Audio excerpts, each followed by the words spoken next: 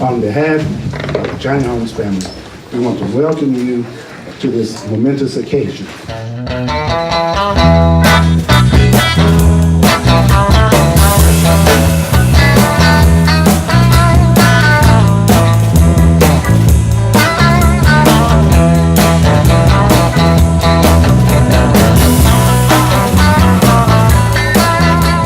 Johnny Holmes, with the support of his wife, Basile Winifred Van Zant, opened the Victory Grill on August 16, 1945, the day after Allied troops celebrated victory over Japan Day.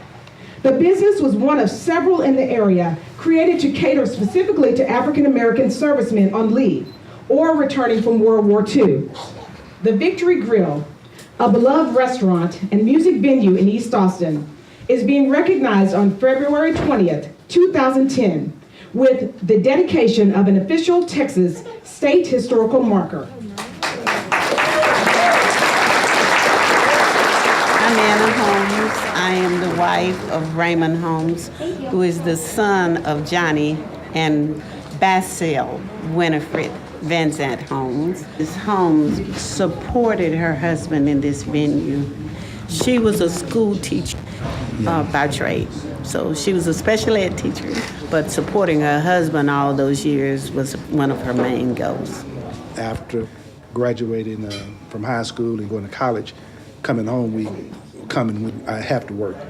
That was just part of the routine, so we would come through and I'd help cook and help Daddy during the evening, clean up, have functions down here in the back. Still had some entertainers that come through. And my dad was always, even when we left and went to West Texas, he was always, promoting a lot of entertainers. Even here at Coliseum, he was always promoting James Brown, Ike and Tina Turner, different venues even out there and here, Bobby Bland, B.B. King, a lot of entertainers that used to perform.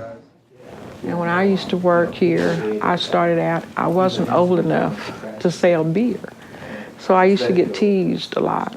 Because there was a guy that used to come in all the time, and I hadn't seen him in about 15 years. And I ran into him at a service station, at a Shell station. And he says, "Hey, did you ever get old enough to sell beer yet?" So he remembered.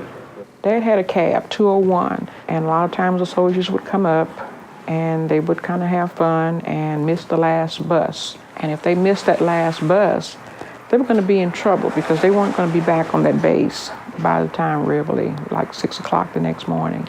And they could always come in the Victory Grill. And Daddy would get his cab, and when he shut down for the night, and he would drive those guys back to Fort Hood, because he knew that they needed to be back, and he wanted to do all he could, to make sure they followed the rules and did what they were supposed to do. It's not about money, because Daddy had a drawer full of watches. If somebody came, he'd turn nobody down.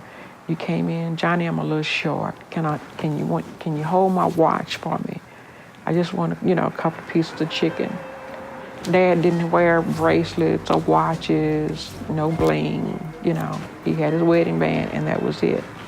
But he felt like he was, rich, because when he went to bed at night, he had helped somebody, and that was what was most important to him, is that he made somebody happy.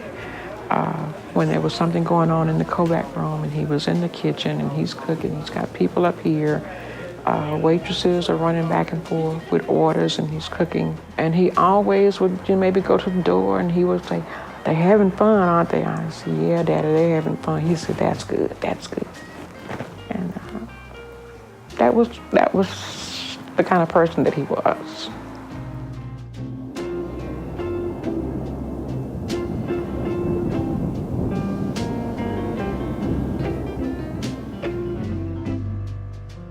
There was nothing I could do